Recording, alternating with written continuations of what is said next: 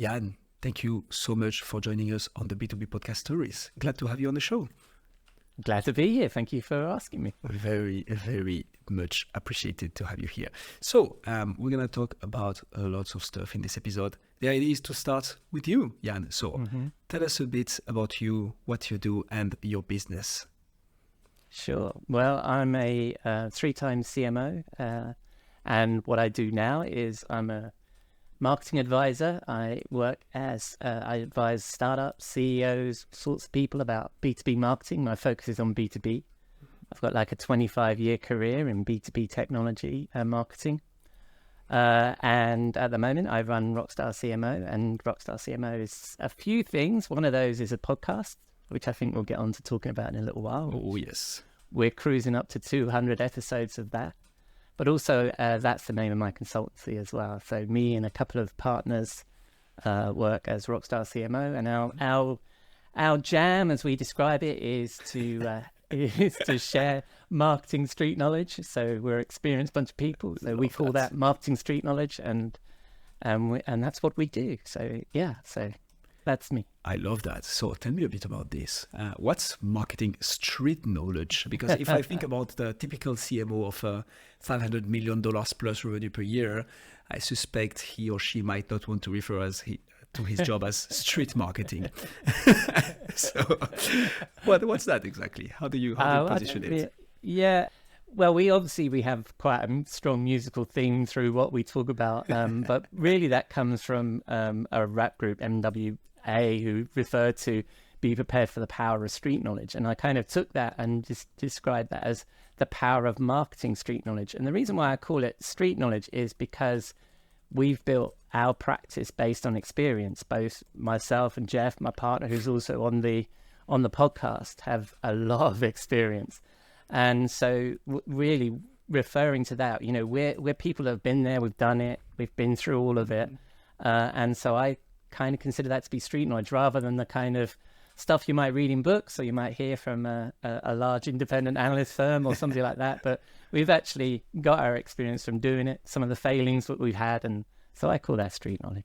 Absolutely love it. That's an interesting positioning. So when you were, because you mentioned 3 times CMO, I'm super interested into that before we get into the nitty-gritty of the Rockstar CMO. How did you see marketing there? How did you see the place of podcast? And what's the difference between maybe the approach you had as repeatedly CMO and now the marketing street knowledge that you might be applying into your consultancy? Well, I think that one of the things I think that's clear for me at the moment is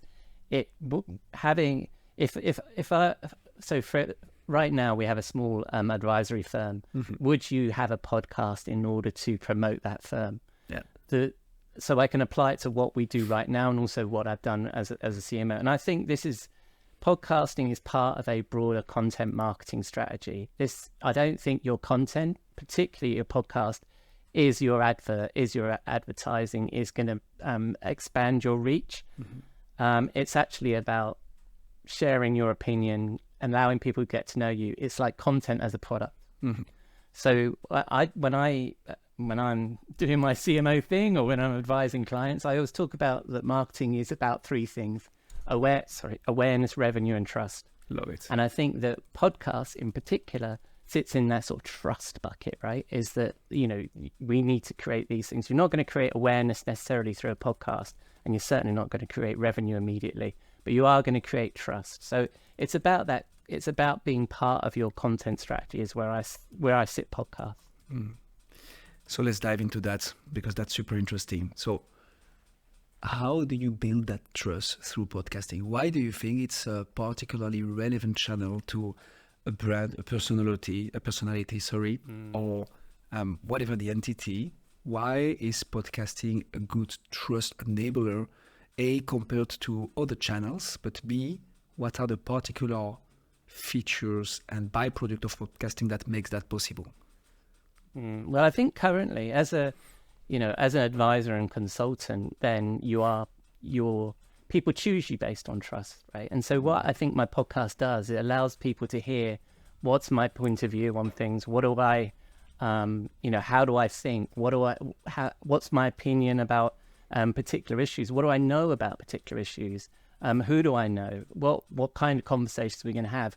So it's a way of getting that intimacy. And I think that's another part of podcasting that you don't get with other forms of content, is that intimacy. It's right in your ears, and you're probably really feeling and getting to know somebody. And I think that's what a lot of people talk about in terms of podcasting and voice, is there's a greater level of intimacy than somebody just sort of skim reading a blog post that you wrote, right? You're right there together. And so I think with my current business, it's about building that trust and about understanding that. And I think that if you're a B2B marketer, a B2B organization like, I've been the CMO of, it's about offering that opinion in a format that people are finding easy to consume, right? So you don't have to sit down and watch a video. You don't have to sit down and read something. You can be driving in your car. You can listen to the opinion. You can learn something, right? And I think that's also an essential element of it is that you're teaching. If you're a marketer, and this is becoming increasingly more important, you've got to be useful with this sort of thing. So it needs to have something you're saying something different, and you're getting that across through the medium and voice. Yeah, yeah, no, 100%, and couldn't agree more. The thing that we advocate for when we actually pitch to people who might want to start a podcast but are a bit like hesitating and so on, and we're like, what form of content do you put out there today that allows you to be for 45 minutes to an hour into the ears of your ideal clients or your prospects, or even people on the market that might want to partner with brands like you? Like, what other format allows you to do that? The only thing I'm thinking is YouTube. But YouTube, the thing of YouTube is you need to retain attention, because this is how competitive the place is. Yeah. Podcasts, of course, the retention rate is not 100%, but people will hit play and then start folding laundry, or will commute, or will do a sports session. And you're with them. If your content is remotely qualitative and will teach them something or entertain, you're with them. And then the thing you mentioned is trust, but also authority. Not only do you build trust with your listeners, you also build that authority, because by interviewing figures of authority in your industry, you're like, hey, associating my image with them, but also providing insights, exactly like I'm doing right now, on how that is all possible, and showing your expertise. Sorry for that. So I absolutely love that.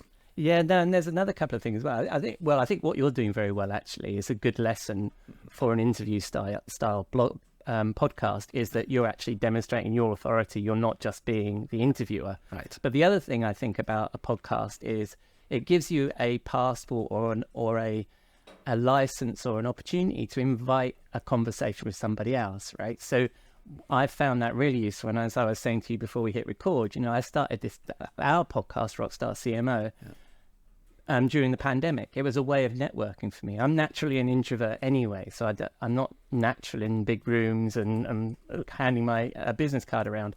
But I find with the podcast, it's a really nice way of meeting people, chatting to people, learning new ideas with them. And it just gives you a great excuse. And people like to be on podcasts, and you're probably going to... it's a nice warmer to a meeting. I don't use the podcast as cynically as maybe some people do, where they do it for business development. Mm-hmm. But I think from a B2B perspective, if you're running B2B marketing, it's a really good way of engaging your influencers in your marketplace, right? So and what do influencers need? And by the way, that's kind of part of my marketing strategy as well, is understanding the needs of your audience. Yeah. They need exposure. They need to get their authority across. And so it's a quid pro quo in that way if you're running a B2B a podcast as part of your marketing program. Couldn't agree more. Let me be the David's advocate on 2 points you mentioned earlier, though. Revenues and awareness is maybe not podcast is maybe not the best format to do so.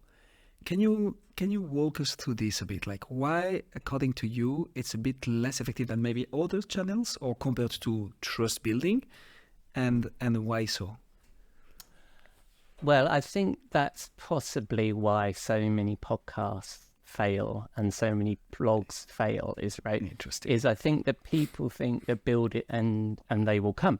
right? I've done a podcast, I've done 5 of them, and nobody's listening, and therefore I'm going to give up. Yeah. And what the thing with a podcast or a really good blog or anything really you do in a good content marketing strategy is that also needs marketing. I think and podcasts are particularly bad at this because discoverability is really hard on the podcast platforms, the recommendation engines, right? There is no TikTok algorithm for podcasts, right? So people aren't... Yeah, absolutely. And I'd love it if there was I thought Spotify was going to be the champion for podcasts at one point, right. But that's what we need, is a big tech champion of podcasts that does that sort of thing for you. So because discoverability is so difficult on with a podcast, you'll grow an audience, but you won't grow it you won't see the instant results that maybe you see on other channels. Yeah. And so you need to use your own other channels to support the podcast. And I think this, and I'm sure you're going to ask me this question at some point, is it really boils down to why you're doing it, right? And you need to know what those goals are. And I think that people too often use, even if it's just a personal podcast, even if it's not to do with a business, is you set out with this really, your belief that the podcast is the thing and that it will sail out there and be as successful as you need it to be. But if you don't set those goals and understand what those, and make those realistic about what it is a podcast can provide for you, then I think that's where, you can't really depend on a podcast for awareness. Revenue is, that's bottom of funnel as far as a B2B consumer is concerned. And I think that a podcast, you're not really going to go into the level of detail that's going to move somebody through those bottom of funnel stages necessarily. You're going to do that in a more of an intimate session, one-on-one, really good emails, personalization. I think podcast being such a broad message, it's top of funnel and mid funnel, right? It's going to be hard to attribute your podcast to revenue. There's also, sorry mate, there's also another Love it, of course, go ahead. No, the other thing, I just said the word attribution. And by the way, just so the listeners know, we didn't prepare the questions. So I'm just we're on a roll here. But attribution is a big issue with podcasts, as you know, right? As if you run your own podcast, you're really kind of shouting into the void, and the podcast platforms can give you a level of kind of feedback in terms of numbers and stuff, like your web analytics can, but it's really a vanity metric. It's very hard to figure out who you're actually touching with your podcast and get that attribution. So you couldn't connect it to revenue, really, I don't think. Super insightful. So let me play the devil's advocate one last time on this part. So couldn't agree more in the sense of there are better ways. Now, the first thing I'm thinking when you walk us through this is, with your podcast, you can repurpose the content in a way that may be fit for purpose when it comes to awareness. And by this, I mean, typically, before this episode, we were discussing the fact that out of this episode, we're going to get the 10, 15, 1-minute snippets of very insightful moment and post them on the social medias. Maybe this is a clip right now. And out of those content repurposing pieces, then you reach a much broader audience than the podcast platform that, as you say, are not the best to give you exposure in the first place. You need that followers base to really have a recurring flow of listeners. So that's the first thing. And the third thing is, actually, it's experimental here. So we are not there yet. But have you heard of UTM, like the click trackers? Yes, yeah, absolutely. So we are testing. We started testing that right now. Meaning, you can actually put those UTMs in your show notes on certain part of your website where your podcast is displayed, for instance, and you can start tracking and start getting a bit better on knowing where your podcast audience goes and what they do. But I agree in the sense that it's experimental and it's not as efficient as a Facebook pixel that you're just going to put on your website and now you can like redirect all people. Yeah, I've got a couple of points on that. The first point is absolutely right. And that when we were talking about the podcast, I was really just talking about the podcast recording as a content in itself, right? Mm-hmm.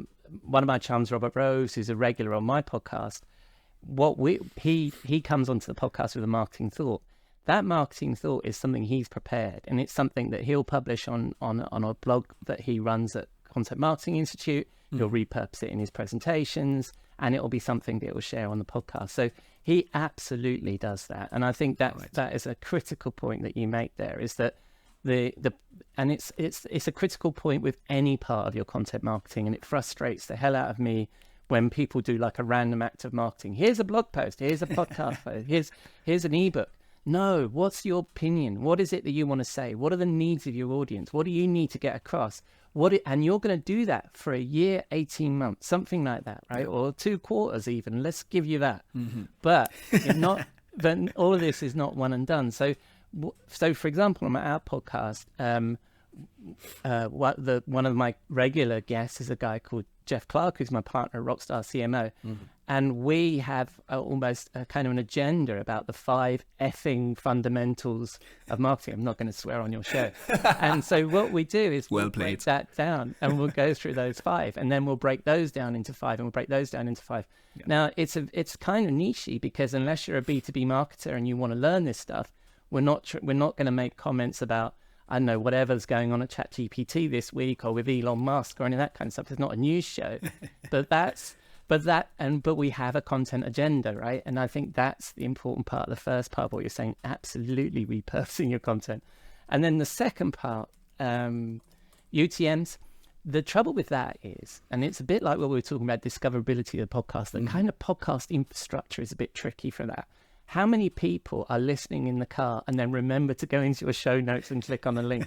You're going to lose, I don't know, maybe 95% of your listeners. How many people, and I'd love to know what the statistics are, and it's very impossible to tell about how many people actually come on, listen to the podcast, and then click through. Now, if I look at our own analytics from Rockstar, it's a very small percentage of people that actually click on the links in the show notes compared to how many people I know are listening. So I agree with you. There is a level of attribution. The other thing is, I mean, I was listening to your show the other day, and you had Jason Falls on, and he can directly attribute because people email him and say, I heard you on your podcast. I'd like to work with you.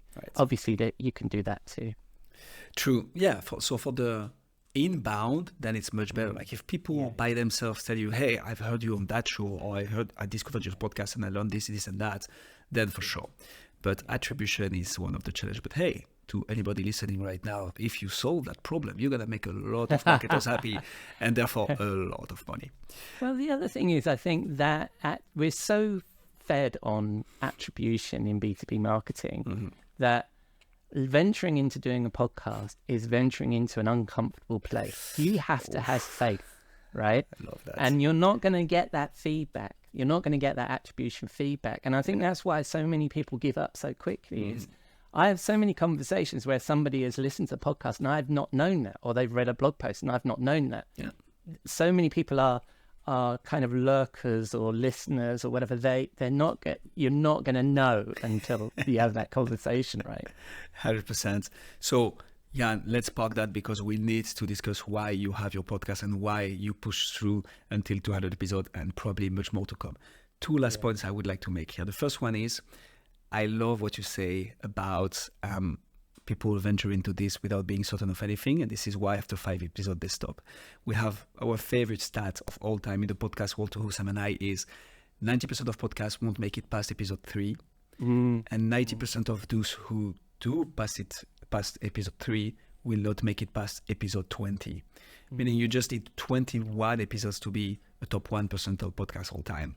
Like, what does that say? Like 20 times a bit less 1 hour of recording, probably double the amount of time in editing, 40 hours. That's 1 week of work. If you push a bit throughout your week. Point being, like, it's not that hard, but yet it is. And like, since you won't get the result in the first week, you won't get the result in the first month, you probably won't get any result in the first 6 months. That's why it makes it so valuable to push through and have it year after year consistently publishing episodes. And the last point I wanted to touch upon is something you mentioned, that we're very niche. We are into the B2B marketing world, but that's exactly what it is about. Like there will be one Joe Rogan, there will be one Stephen Bartlett, and there will be one Chris Williamson. I'm figuring out that I'm not very diverse here. Do you have any big name of women podcaster, Jan? Please get me out of this. Like, those are the ones I listen to. My point being, Kara Swisher. Love that. Carrie Swisher. Yeah. Point being, yes, you probably won't make millions and millions of downloads per episode if you start your own podcast even after 5 years. But if you focus well enough on your niche, you answer to a specific need of the market, you build your authority, and you gain the trust of your audience on this platform throughout the years, then your podcast becomes invaluable, unbelievably invaluable. Absolutely. Ian, let's get to the meat of the sausage, as one of my previous Irish manager used to say. Why did you start a podcast in the first place? Tell us your story. All right. So as I mentioned, I started the podcast. We did episode 196 just this last Saturday. Congratulations. And so we're quickly cruising up to 200 episodes. Mm-hmm. And I started it really as a lockdown project, as a COVID project. Yeah.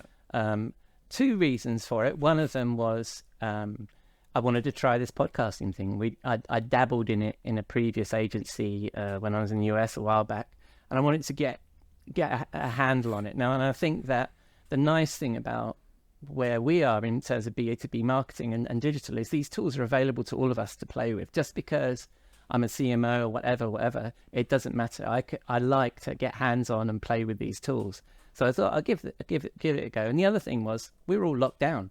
It was a great way to have conversations with my friends in the industry in other parts of the world, and record those conversations, and network. And the other thing I was talking about is it's like a calling card. You can say, "Oh, will you be on my podcast?" And it's a very nice way of getting introduced to people. So I mean, we call it Rockstar CMO, but probably the minority of guests I've had have actually been CMOs. They've been agency leaders, or they've been thought leaders in work, or all sorts of different kinds of people. And that just, that just makes it really interesting. And so that's why I started the podcast. And it didn't really have a business purpose.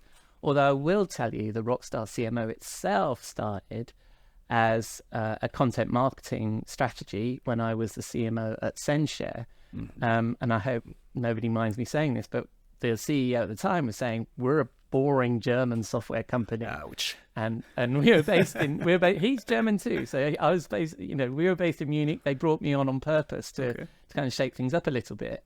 And we thought, well, I already own the URL. Let's use this brand and let's use that as our content marketing vehicle. And so we launched Rockstar CMO as a monthly publication, and we took it from there. So I've had this thing for years.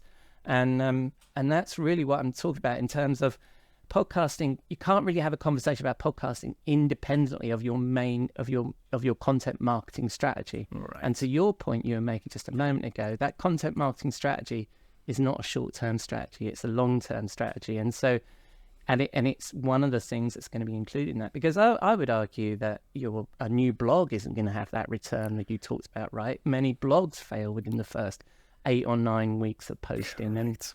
And so I think we just think a bit about it out from that perspective. So that's why we start. That's why we started. So I think that was your original question. That's why I started the podcast. Love it. But so tell us a bit about, is it SendShare that you mentioned? SendShare. So you started the podcast with them, or what do you mean? Because no, I think I'd left by then. Yeah, I'd left by then. Okay. So the podcast was just. So I had this almost media brand, right? Rockstar CMO. We were doing this monthly publication, turned to a blog, and I had an audience, and we had a newsletter, so I had an audience. Okay. And that's why you did the Rockstar CMO as part of that, as another channel for that particular content strategy. And so we did start. Did we start the podcast? I can't remember. It's bad. Not at all. No, because it was during COVID. So if I get my timings right, so yeah, and so I decided to use this brand as the podcast go forward. Makes a lot of sense. So why Rockstar CMO? Where does that come from? Because let me say this: I love the name, but why? Yeah. Well, and I must admit, it doesn't always sit comfortably with me. So quite often when I introduce myself, I'll say, I'm the host of Rockstar CMO, but I'm not a rock star, right? Because what? I don't think anybody. I mean, if you think about and there's some ads running at the moment for what is it for Workfront or whatever it is, and it's stopping people, and it was in the Super Bowl, and it's saying you can't call each other rock stars unless you're an actual rock star. So I'm not an out there extrovert kind of like all in your face kind of CMO anyway, right? So being described as a rock star, but it was I just really we came up with a brand with a designer, and it's different, it's differentiated. People remember it, right? And every now and again I've gone, oh, should I not do Rockstar CMO? Should I be like Martech Insider or some other bland thing? And at every point, and I actually do. And people should do this. You should do your analysis and 100%. ask your customers and clients, what do they think, right? So I just went through this, and because I just finished a CMO gig, I'm relaunching this as my consultancy firm again. And so I spoke to some customers, and they said, yeah, it's differentiated. It's got some confidence. And I think when you're looking for advice and you're looking for an advisor, you want somebody who's got a bit of confidence that you can trust. So it all goes to that. So that's why I went with Rockstar CMO. And it gives me it's a fun brand. It looks different to everybody else. And people tell me, don't stop, just lean into it. So that's what I'm doing. So whilst we are in the titles, Ian, I read on your LinkedIn profile that not only you're the managing director and strategy director of Rockstar CMO, the company behind it that we're going to touch upon just in 1 second, but you're also a chief bottle washer. So, to anybody, please don't change it for the coming weeks, so just our audience can go and check that out. I wouldn't change it. It's in my email signature. What is that? Well, it's a bit of fun because here it's an old English expression that you kind of do everything, right? You're the bottle washer. Right. You're the back in the kitchen washing the bottles, as well as front of house and all that kind of stuff. So I just describe myself as chief bottle washer because we're such a small team, right? That I do everything, and I enjoy doing everything, and so that's why I describe myself as chief bottle washer rather than anything other high. And it goes with the. It goes with the brand of being kind of a little bit fun, right? So that's how I describe myself. 100%. I was just about to say that. It's like also so on point. When people send you automated email and spam, it's quite funny. As chief bottle washer, how do you? It just makes me laugh. I really, really like that.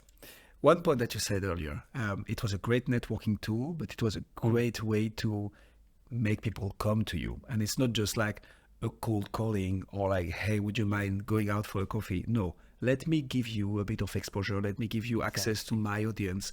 Let me make you appear or boost your image as a thought leader in the industry. And let's create a link through that.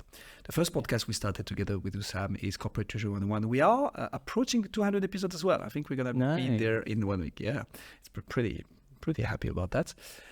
It has been such a door opener that we could have never imagined something like that. We got invited to one of the biggest finance conference in the world. And like, we don't go stand by stand and like shake hands saying, hey, nice to meet you. I'm Guillaume from whatever company. It's like, hey, do you have something interesting to say? Just come on the show. And like, such a door opener. Like, if you do this, you're going to get into rooms that you could have probably have hardly had access to, if not for like long and thorough efforts to get there. So really, really appreciate that approach. Why focusing on CMO, Jan? Like, because if I think about it, it's all marketers. Like, B2B marketing is the matter of everybody who's going to be the marketing department of a company that focuses on B2B business.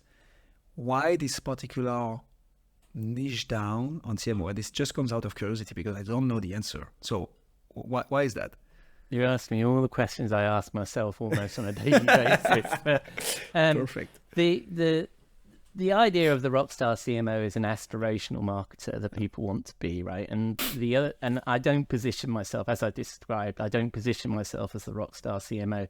What I say is that our advice will bring out the rockstar in you, right? So when I talk about marketing street knowledge, it's about sharing knowledge. either sharing knowledge as an advisor or as a paid consultant, or just sharing knowledge on our blog or on our podcast, right? We're about sharing our knowledge. And so the CMO thing is just, I mean, Rockstar B2B marketer hasn't quite got the same ring to it, right? So Rockstar CMO is how it's founded. And the funny thing is, all these years later, I can't actually remember that moment of epiphany when I thought, oh, I'm going to grab that URL. That sounds fantastic, right? But it's about, it's about trying to, it's like we were talking about earlier on. What's your goal and mission? And a lot of the times throughout the history, the short history of Rockstar CMO, is I'm constantly wondering, what is our mission? And sometimes that's changed. Like you were asking me, why did you start? Well, the reason why I started is slightly different to the purpose that Rockstar CMO, the podcast, serves today, right? But it's always been about helping other marketers and sharing that street knowledge that we talk about. So that's been the common thread. And like I say, CMO is a bit more aspirational than just B2B marketer. Absolutely love it.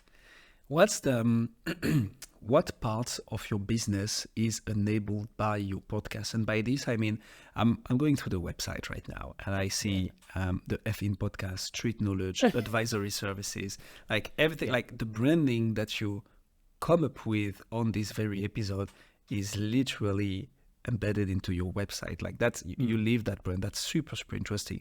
And then I see CMO coaching and mentoring, strategy and planning, campaign strategy, content marketing, and so on. And I can't help but think the conversations you have on your podcast, as you said, the things you learn through your conversation on your podcast, how much of this is reflected or is enabling your business? Because we are strong believers that if you do things well on your show, you invite the thought leader, you invite the people who know more than you, basically. You learn from them. And then in your services, if you're in a service business, you're like, hey, I've just discussed this. We had a 1 hour conversation on that particular point times 20, because over the last 6 months, I had 20 conversations about this very topic. I'm maybe not an expert just yet, but very close to. How do you make that link between the conversations you have on your show and the services you provide on a day-to-day basis? And if I just may complement that question with the fact that marketing is ever evolving, human psychology not that much. We are hunter-gatherers, to say the least. But the technology that comes with marketing and how we tap into those psychological aspects is constantly evolving. So how do you keep up to date? And that's, you might recognize a question I asked Jason as well. How do you keep up to date with everything that you need to know for your business, and what part of this is made through the podcast?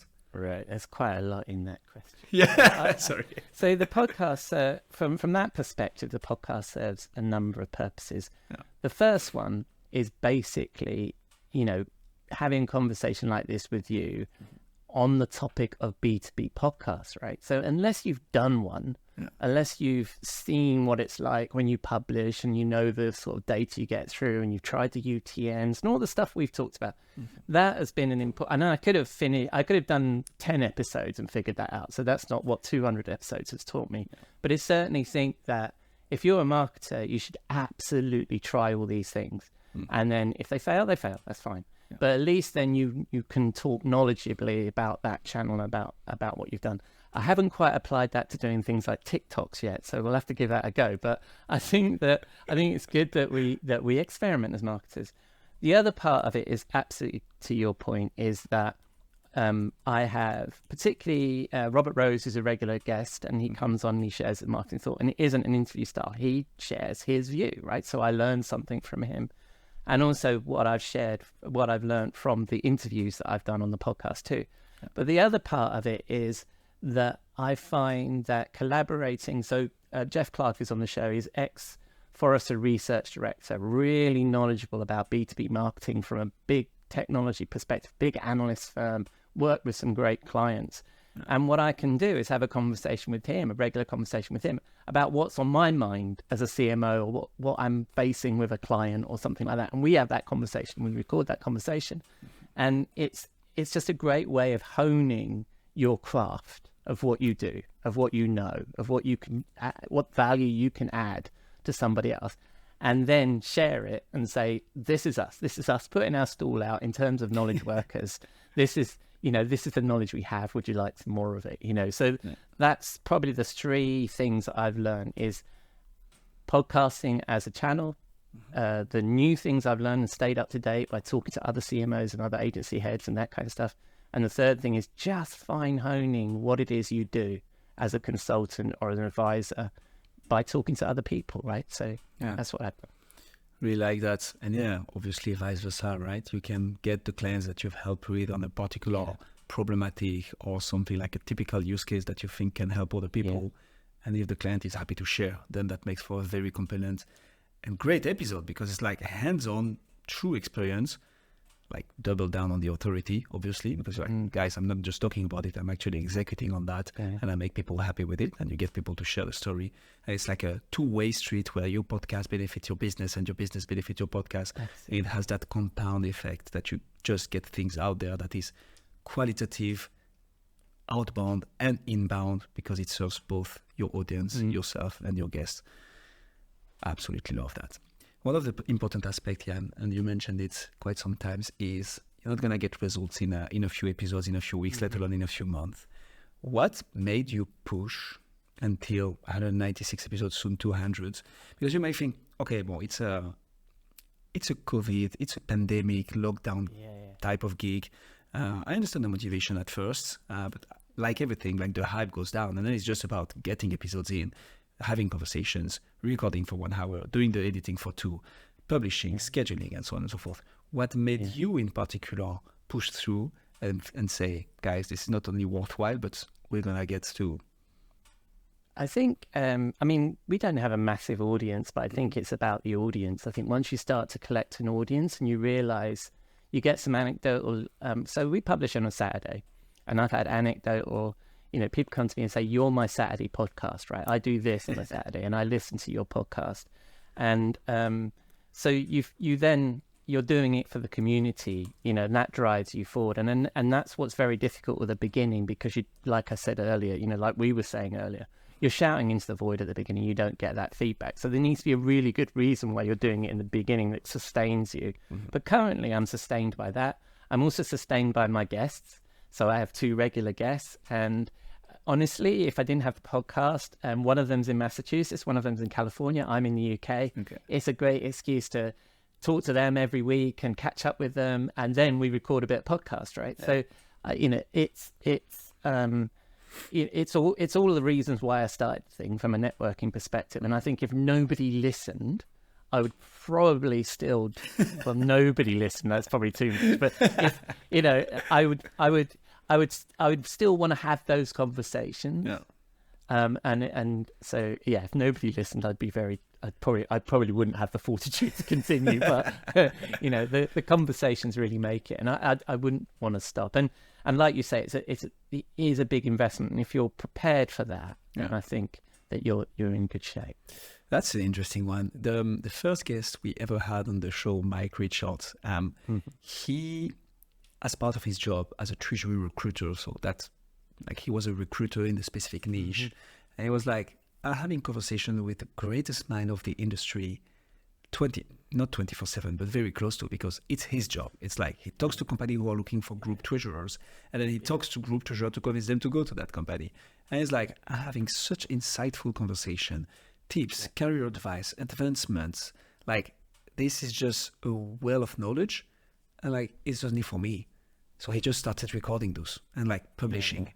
And it's like, if you find great advice and insights from the conversation, so will somebody else. And that's the great thing with the internet. Like, even if you touch only 20, 50, 100 people, at least that's already 20, 50, 100 people that you're helping. Well, I also think that, if you were to present to a room full of people and there were 60 people in that room, you would open the door to that room and walk out in front of those people, and you would be intimidated by that crowd. Right? 100%. Do you know? So the fact that you've got this opportunity, and it doesn't matter how big or small your audience is. If you had those people in the room, you would feel privileged to speak to those people. And that's the way I feel, is that, we've obviously, we have a larger audience than that, but it doesn't matter. It's, you should think about the first 10, the first 20, the first 30 as if you were sitting in a room with those people, talking to them, and how that would feel. It would feel great. Right? So, you should grow from there. So couldn't agree more. I need to put in a personal anecdote here, Jan. We recently all had the Spotify Wrapped, right? And you have it as a podcaster as well. And so this Corporate Training 101 podcast that we have, that was our first show. It's approaching the 200 episodes. We're like, it's still very niche. We get between 5,000 and 6,000 downloads a month, but like compared to the big names of the podcast world, we're like, it's not that big.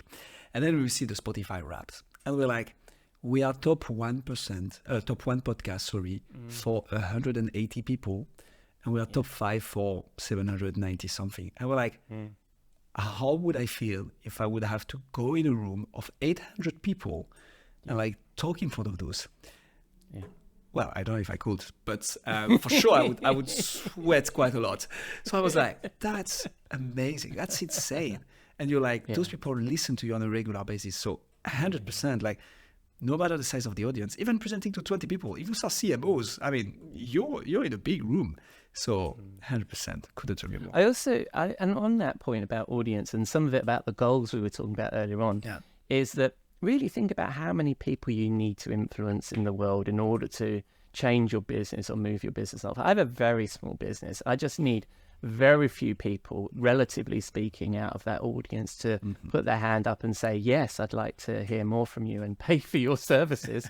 And that, so many people, I think, get discouraged by the numbers. And when you really think about what's your goal, how many people do you really need to speak to, do you need to be in the ear of? And I think the other thing about that is if you're trying to go for lots of people, you create popularist content, you create something that's bland, that's good for everybody. You don't niche down, you don't have an opinion, you worry about swearing, you worry about whether this show was great this week, you worry about the rabbit hole you went down when you were chatting about something or other, probably like we have. And you worry too much. But what will come out the other end of that would be something that nobody loves, nobody cares about. And I think it's, the sort of thing that Seth Godin talks about is what's your minimum viable audience? But also to be something interesting to somebody, you have to be something not for everybody else, right? There are going to be people that don't like what you do. And that's the way you're going to define the fact that you're onto something. So I think that audience thing is a really tricky conversation to have around podcasting, unless the reason why you have a podcast is for advertising revenue, right? Or that you need to be famous for some reason, right? But it's the same with all of your content. That's to be clipped. That was really, really super insightful. I mean, I love it. If you want to have an audience attracted to what you say, you need not to be saying something that everybody will agree with. That's so powerful. And I see you have the Seth Godin, This Is What Marketing Is book just behind you. So definitely the right names behind I have all of his books. Wouldn't expect anything less. TikTok, and you mentioned it a bit earlier. A very interesting one, because we put clips out of all those episodes of the B2B podcast stories. And again, back to the audience part of it, there is on average 210, 220 views per clip, and we put between 5 and 15 per episode. So I would definitely recommend you to explore TikTok. Like, if that's something you are thinking of, that sounds like I'm getting my TikTok. The Rockstar CMO TikTok account. I can't wait to see that. But like, it's very interesting to see how the algorithm of certain platform appreciate the podcast content as well. Why Saturday, Jan? Why publishing on Saturdays? I'm intrigued about that. Okay, so two things. One is I believe that B2B folks engage with content at the weekend. I think it's a fallacy to think that they don't. So I think that works. And the other thing is this is a personal project. So I didn't want it to interfere with any of the roles that I had, my 9-to-5 jobs, if you like, or with any client work or anything like that. So I set aside my Saturday morning, and that's when I do the production of the podcast. And predominantly my audience is American, even though I'm based in the UK. So I think it's about 70% US. And so then I publish it on Saturday morning their time. And I find that, as I say, people seem to like it. I'm their Saturday podcast, which makes me slightly different. So that's the primary reason. And it's an out of hours project. So, my two conspirators, the regular guests, are in the US. So I tend to talk to them in the evening. So, it just leaves me, my clients tend to be European. So it leaves me plenty of time to get the podcast done.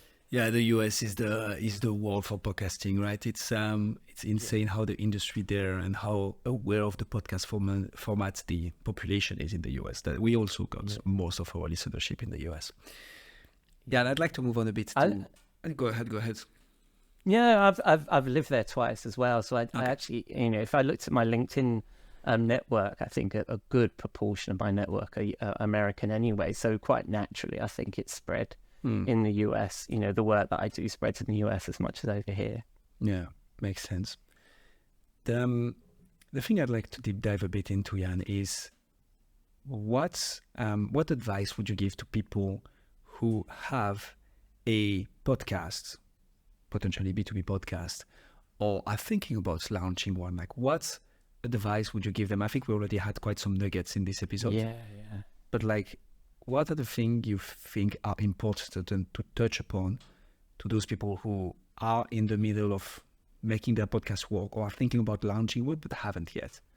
Yeah, I think we've touched on a lot of this. One of the things I think I would definitely recommend with anything is, what is your content strategy? What is your opinion? What is the purpose of what you're trying to achieve? Then say, the best way of me telling this story is to do a podcast or to do a blog or an ebook or a TikTok or whatever it is, right? Mm-hmm. So really focus on what's your content strategy, who you're trying to reach, where they are, and whether podcasting is the right thing, because that will help you. If you're a corporate B2B marketer, don't do a podcast because you need to do a podcast. Do a podcast because it supports your content strategy. And the other thing we talked about is the long-term nature of this. Podcasting is even more long-term than some of your other content channels. Mm-hmm. Building you're not, because of discoverability that we discussed, you're not going to build an audience to your podcast. You're going to need to market your podcast. You're going to need to put the same amount of effort you do almost in marketing your products, if you're B2B, into marketing some of your content, and your podcast will need marketing. Mm-hmm. So those are the pieces of advice I would give. And then the biggest one is patience, like we've discussed, right? Is commit. If you're going to start a podcast, commit that this is going to cost you this amount in marketing dollars, but it's also going to cost you this amount in hours. Right. And you've got to set that aside and go for it. And like you were saying, right, make it through the first 5, make it through the first 10, make it through the first 20, and just budget for that. It's going to be a 20 episode series. I'm going to do that until the end. Doesn't matter what happens in between, and that's my commit. No, it's. And I think you'll build an audience with that. Yeah. And how do you advise that to some of your clients when you consult? I guess at some point you might have had, as a advisor for CMO, conversation around content strategy. Yeah. Is it something that you advise, creating a podcast? Absolutely. Right. As long as, there's kind of 3 levels to where I would be. I wouldn't start with podcasts. I would start with, what are your goals? Awareness, revenue, and trust. Yeah. So what are you trying to achieve as a business, as a marketing team, from an awareness, revenue, and trust? Then where does your content strategy fit into that? How does that support you with your awareness, revenue, and trust? And then, is podcasting the right channel to support that content strategy, right? So it's, if anybody comes in and says, we need to start a podcast, no, you fucking don't. Do I need to use podcasting as a channel to connect with these people with this message? Absolutely, you may do. Right? So yeah, sorry for the swearing. No, love it. So what do you see among the CMO as being their number one priority? Is it awareness? Is it revenues? Or is it trust? It's almost certainly revenue. And if you're a B2B marketer, that's what you need to tie yourself to. All right. Because you'll play devil's advocate. I know what you're like. That's my point. Here's normally it's about revenue. And if I was actually to put that acronym in the order that a CEO would like, it would spell RAT, because it would be revenue, awareness, and trust, right? But I like to create art, so I say art. But I think that the nice thing about my model of awareness, revenue, and trust is you can ladder that up to what the rest of the C-suite care about, and it's often revenue and growth, right? Yeah. Now, if you're in a startup and you're in a new niche and you're well funded and then awareness is going to be your top priority, right? And educating the market and all that stuff. So I completely understand that some businesses are at different places. Everybody needs to build trust, but sometimes awareness is more important than revenue, but most of the time it's revenue. So am I understanding well that first you want to make your case and drive revenues? Yeah.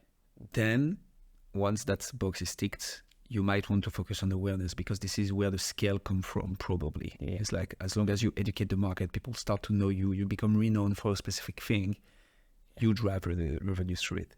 And then you need the market to trust that you can deliver on what you're advocating for and grow the revenues further. And that's where potentially the podcast, if that makes sense, into your overall content strategy comes in. Exactly. And the way that you phrased it in that order, the issue that we have in marketing is that we're often associated with the awareness, right? Yeah. And that's all we're for. So and that's a luxury sometimes. And I think that we need to get in the conversation about revenue. And so yes, absolutely lead with how is your marketing going to, and we're now having a marketing conversation rather than a podcast conversation, but but everything needs to ladder up to that. Is why are we doing the podcast? At some point it's going to influence awareness, and that will influence revenue. Makes a lot of sense. Yeah. And anything you'd like to add to the different points we touched upon? No, I think this has been very thorough. I've enjoyed your questioning. We were completely unprepared. So some people like, but yeah, that's what makes it great. Like, we know what we want to talk about. Overall, we know it's going to make for a compelling conversation, because you have obviously a lot of experience, lots of very interesting things to talk about. So Ian, absolutely loved it. Thank you so much for coming on the show. If people want to know more about you, what you do, where should they go? LinkedIn. I'm Ian Truscott on LinkedIn. Quite easy to find, so quite a distinct name. Rockstarcmo.com is where we hang out, and the website you were looking at just a moment ago. Mm-hmm. And I'm also on Threads recently. I've given up on Twitter. I'm now on Threads, and Ian Truscott on Threads. So those are some places that you can find me. So your team Mark Zuckerberg then, and not Elon Musk. Say it again. Your team Mark Zuckerberg and not team Elon Musk. Yeah, it's a bit of it's not a great choice, is it? Well, one would argue, but I guess who am I to judge? I'm on neither. GHA Marketing is on both, but I'm on neither. So that says a lot.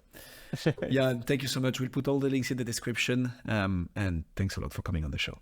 Cheers. Thanks for having me. Pleasure. Thank you for listening to the B2B Podcast Stories. We hope you enjoyed the show, and if you did, please don't forget to hit subscribe and check us out at ghamarketing.com. Have a great day.